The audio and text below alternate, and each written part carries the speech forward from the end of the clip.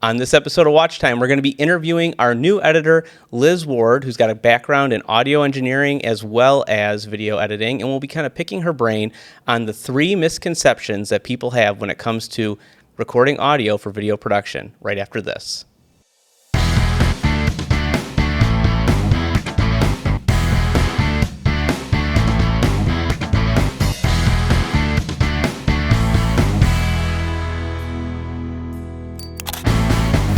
Welcome back to Watch Time, everybody. We're here today with a new special guest, Liz Ward, our video editor and audio engineer. Liz, thanks for coming on. Thank you for having me. So I'm excited to have you on the podcast. I'm excited for everyone to meet Liz. You've been with us now since when? June, July, somewhere around the summer. Okay, so it's all been about 6 months or so, right? So you've been doing great work for us in the video editing, and you're doing great work with us for audio. So I thought, given your audio background, maybe we could talk a little bit about this. So prior to us getting started, though, why don't you just kind of tell our viewers and listeners a little bit about you and your background?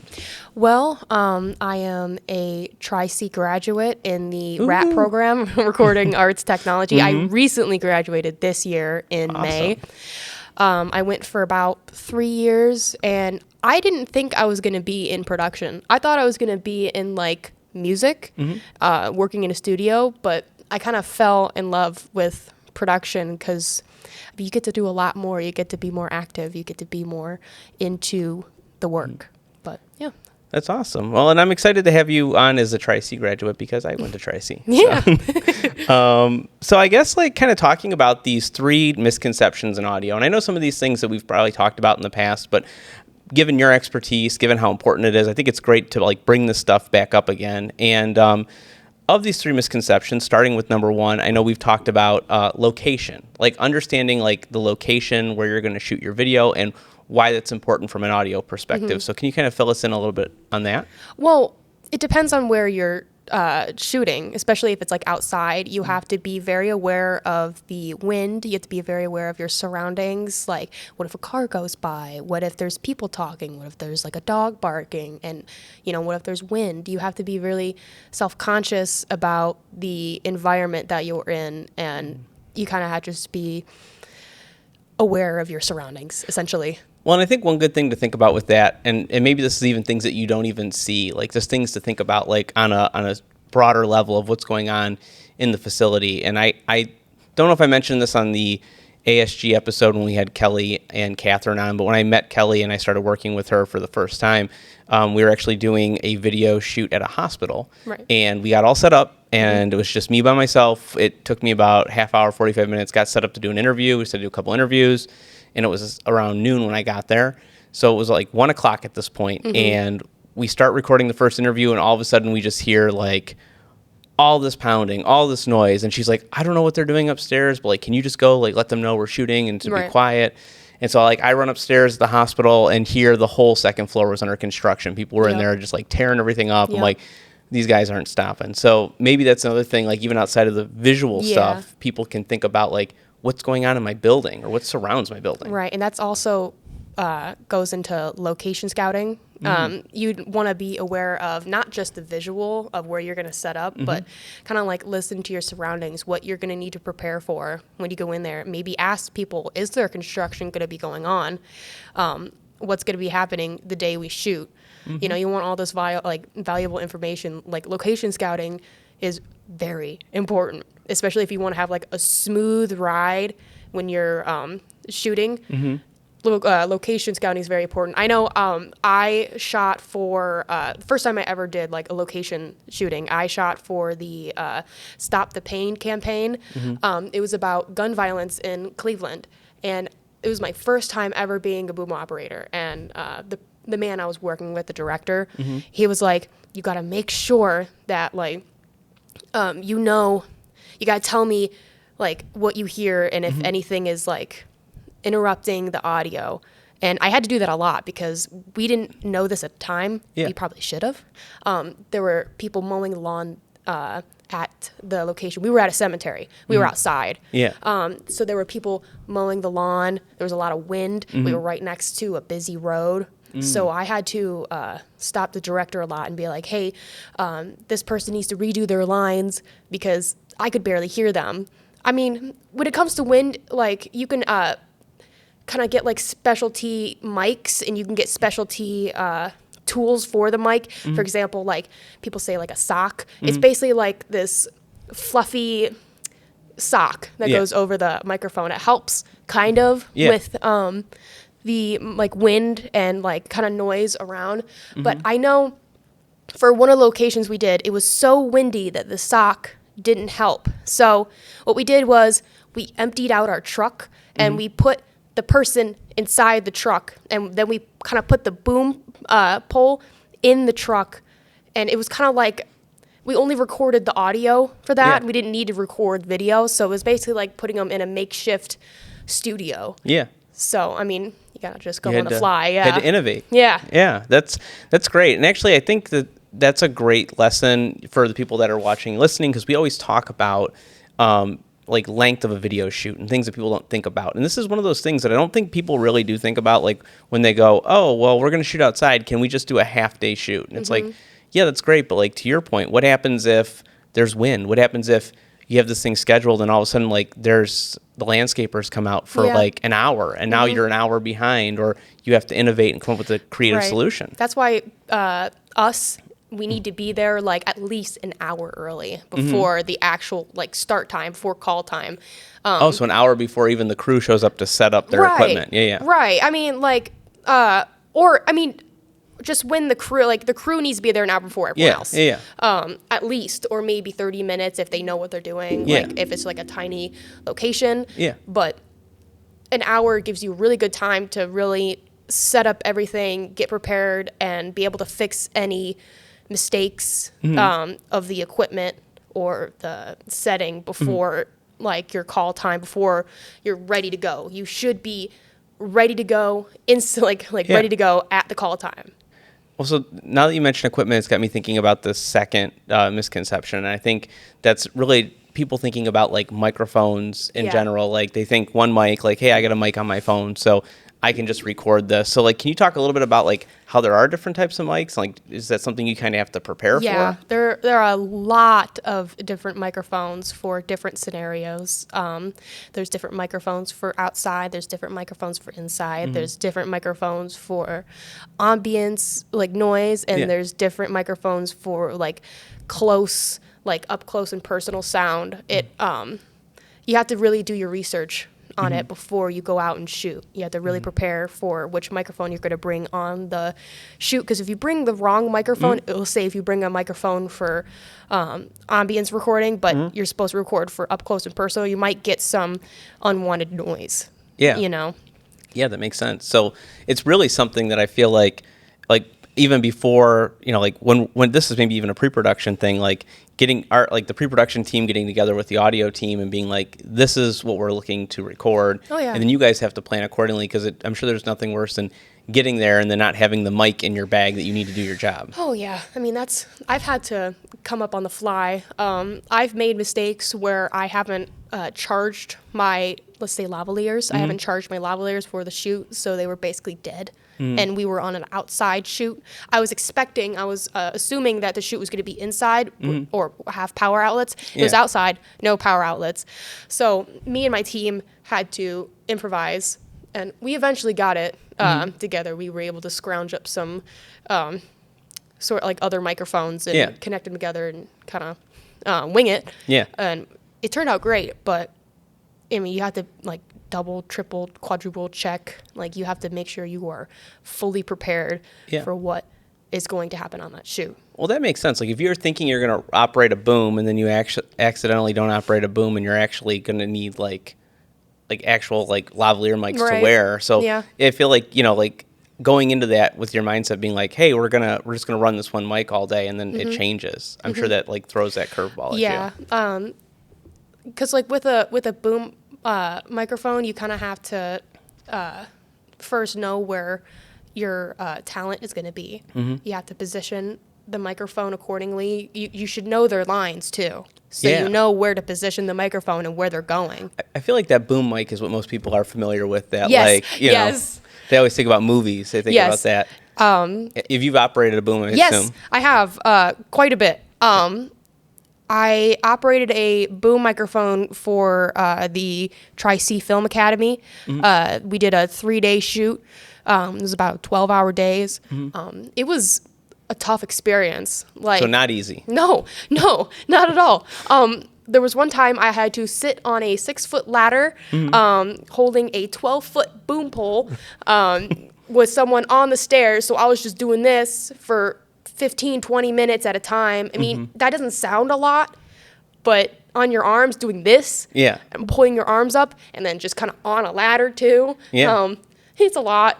Well, I feel like anybody who's ever like been to the gym and tried to do like a wall sit, like think about that. Like you're sitting, Yeah. and that's really like you resting against the wall. But like after a while, like your legs, It just, hurts. yeah, it gives out. It hurts. And a lot of experienced boom operators and audio engineers are like, oh, that's nothing. Try doing it for like 3 hours straight. And I'm like, this is my first time, So man. boom operation, not easy. No, it's not easy. And you have to basically know the direction of what you're doing, where you're going. So it's the 3.5 misconceptions of audio at this point. Yeah. Yes. Okay, so talking about mics, like I think that was a good topic for people to better understand. And I think the third one, I know when we talked prior that you were really passionate about this third thing, which is really understanding that music really should be picked prior to even going into the production. Can you talk about that a little bit? I mean, yeah, I'm really passionate about music, so it is my background. But music, it really changes like people's emotions. It really changes their mood. It can change the mood of the video as well. For example, if you're trying to go for like a happy video, but yet you put somber music in the video, people are going to be like, why is there somber music in this video, but it's like a happy looking video? Like, is there something coming up? Like, what's going to happen? People are going to be on the edge of their seat. Yeah. You know, and music really changes the mood and the ambiance of your video. So you really want to think about that, like, while you're thinking about the plot and the meat of what you want your video to be. It's interesting because like when you mentioned that, because like I'm thinking about one of the videos you did for one of our clients, and like it was on a very like the topic. It's interesting because the topic was, you know, they make a training rifle, so it's like it was for, you know, why it's important for active shooter training. And when you put that video together, when I talked to the client, you used more of a somber music, and he actually was like, because we've used like more like harder hitting rock music for a lot of their stuff, like, oh, we're training, like these are police officers training. But the way you kind of chose that, he kind of like was talking with me, and he goes, I like it because it creates a very serious tone, because this is a very serious issue that needs to be addressed, and training is important. So by you changing that music, you fundamentally changed the whole feeling of that whole I really video. grasped the hearts of his audience. Yeah, because it's a very important topic. And, it is. And you definitely illustrated that. And then I think one thing to just, I guess, to think about, because when you were talking about this with the music and the viewpoint, like the people have, like, and I know we kind of talked about this earlier, but like this also influences the production. So I do think it's important to pick that out, because to your point, if it's supposed to be a sadder, somber video, like maybe then we need to use more slow motion. Maybe we need to change the way we light. Maybe we need to change the way we shoot. And then the same thing could be said if it's faster paced and harder hitting. You're not going to want to shoot slow motion. You're not going to want to have like darker tones. You might want brighter lights and things like that. And to kind of pick up on that, I know this is contradictory what I'm saying. Sometimes even no music, just no music kind of really hits it hard. Like one of the videos I made for that specific client, it was talking about like gun safety, and all I did was, it was like a black video with some like text, and it was like children laughing in the background, but there was no music. There was no somber music, but just only hearing the children laughing, but like also seeing the somber text really kind of like hit hard on what the message is trying to be. Like like certain sound effects can really like bring out a message too. Yeah. I know our upcoming holiday video, which may be out it might not be out yet by the time this episode airs, but like I know Josh used some sound effects like when in that kind of like just broke this awkward silence. Yeah. I talked to him about that. But different sound effects really bring out the mood and the message of the video. I know a lot of times you can't capture the sound effects that you need on location. Yeah. So that's what post-production comes into play, like Foley and sound effects, kind of like creating those to really amp up the message and the story of the whatever you're making. I mean, I think if you think about it, even from a non-production, like more of even like a motion graphics and editing perspective, if you're creating something that's like a logo reveal, I feel like the sound effect can add a lot to a logo reveal that people don't even realize. Yeah, like if you have like a bashing sound, like it's very energetic, or kind of like if you just do like a soft swooshing sound, maybe it's more of like a softer effect. Like a kind of like different vibe to the company or what logo you're presenting. Well, and to your point too, I feel like when you're talking about like lack of like music, I feel like people don't realize like lack of sound effect could also cause an issue in the brain where like maybe like a door was supposed to slam, but you don't hear the door slam. Yeah. So then just like change it. Like it makes people stop for a second and it breaks them from the story. Yeah, I know. I was one of the audio engineers and location mixers for a student film, horror film. And when it comes to horror films, like Foley sound effects, really, really like you want to make sure you get the right sound effects and then it just amplifies the creepiness and the horror of the movie. Like, for example, I basically had to like hide in the corners. So setting is this man's walking down the steps and all like the camera is pointed up. All you see are his feet kind of like walking down. So I didn't want to get in the way of the camera. So I had to kind of get like military style, kind of like on my stomach, kind of like putting the boom pole up to the feet to make sure I get those creaking of the stairs, the stepping of his feet, how slow he's walking down, and his whistling. He was whistling too.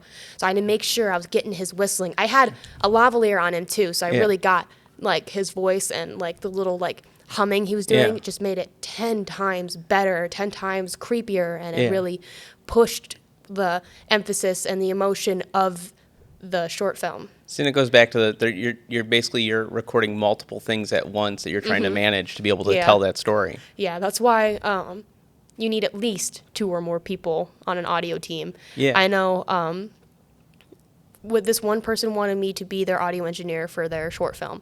And I was like, okay, well, who else is going to be the audio engineer? And he was like, oh, it's just you. And I'm like, well, I can't do everything at once. I'm not like an octo person. I don't have like 8 arms. You need at least 2 or 3 people, depending on the size of the movie, depending on how long it is, and depending on how much you want, and how much you want to capture. Yeah, and I think it's a good thing to keep in mind. Like we always talk about on the podcast, like how it's important for production to have like have your camera operator, have your producer, have your gaffer, have your grip or production assistant, having an audio person there. I think no one person can make all these things work well together. So yeah, that makes perfect sense. I did want to like sum up the 3 things just for everybody that's watching and listening. So really the 3 misconceptions, in case you didn't catch them, is understanding that location, making sure you check on that location, what's going on there the day of the shoot, what's going on there on a daily basis, what do you have to plan for, types of mics, like so what kind of audio are we going to have to record? Do we have to get audio on the person? Are we going to be outside? Are we going to be inside? Or do we need to get sound like room presence or sound effects or things like that? So like making sure you have the right mics for that and planning accordingly. Boom operating is not easy, so that was 3.5. And then music, like planning that out ahead of time prior to the shoot. This way you can make sure that your actual like visuals are aligned as well as like your script is aligned and you're like telling the proper story. Right. So that's great. I think those are 3 things that, for everyone that's watching and listening, make sure you're taking these in and thinking about them next time before you start working with the video production team or even like doing your own in-house production, because these are going to be key to being able to have a successful shoot. So, well, thanks so much, Liz, for joining me. It was awesome, and I'm glad to get your expertise. Thank you for having me. Thanks for listening to Watch Time. We hope you guys enjoyed today's episode. And remember to like and subscribe so you don't miss future episodes. And if you want your question answered on our podcast, go to flexmediacle.com/watchtime.